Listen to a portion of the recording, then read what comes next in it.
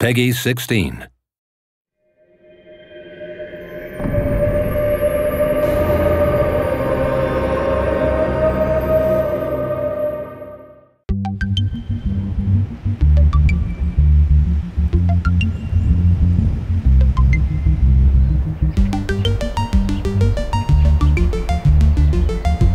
It's such an exciting time. And you know why it's so exciting? It's because we're actually changing Fable 3. We're moving more towards the action-adventure and we're diminishing a little bit the RPG. We still love RPGs, we still adore RPGs, but we also love the drama and the excitement that action-adventure games bring. We've got a completely new GUI system. I know this sounds boring, but those two-dimensional lists that role-playing games have, I hate. The GUI is new for Fable 3 in that it's going to be 3D and interactive in a very 3D environment. So you'll be able to walk through the GUI and treat it as if it's just another part of the Fable world. Here's a level that's had a little bit of polish put into it with nice buildings which pop up to show you that you can have a little look at them.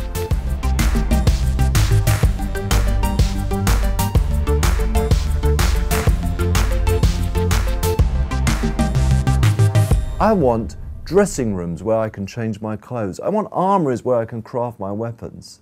I want war rooms where I can strategize. You'll be able to walk into, for example, a clothing room.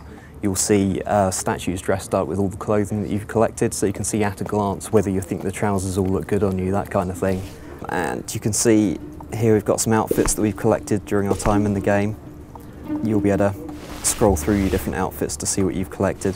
And then just in real time I can just have a quick run around, see if I like it.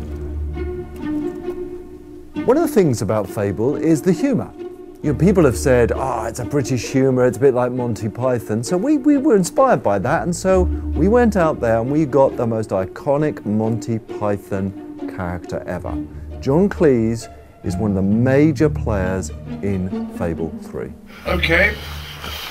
Now I've got some strange man in here who's moving around. I played Jasper, who is the butler at the Royal Palace, and he was originally butler to the king who's gone all wrong, the naughty one.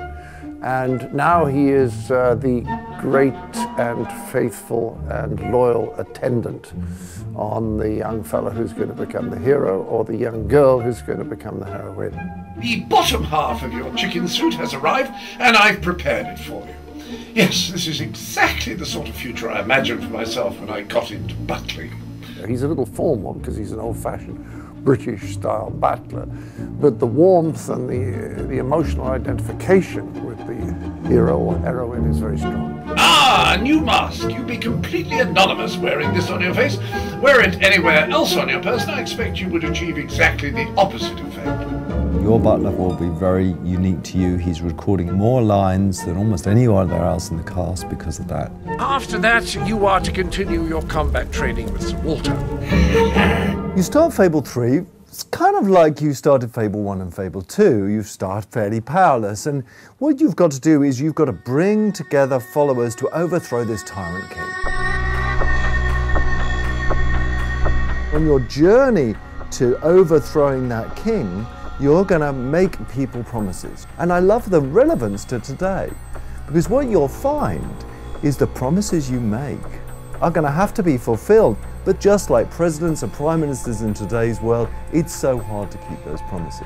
The trouble with most leaders is that ultimately they just want to be in charge. And they may cover it up under the feeling that they want to do good or make these changes, but basically they just like being top dog.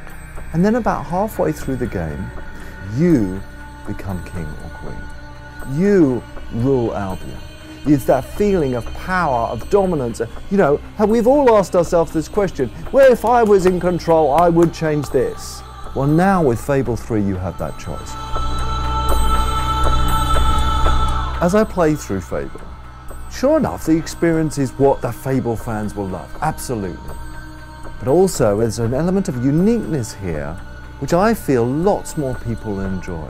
There's drama, there's emotion, there's a feeling of power, there's excitement. And I think we are really learning to blend all that stuff together. and deliver an experience in Fable 3 that really hasn't been seen before. And so you have gathered every last piece of the lady's pyjamas. Gosh, that would make an excellent closing line for a novel, wouldn't it? A great cliffhanger.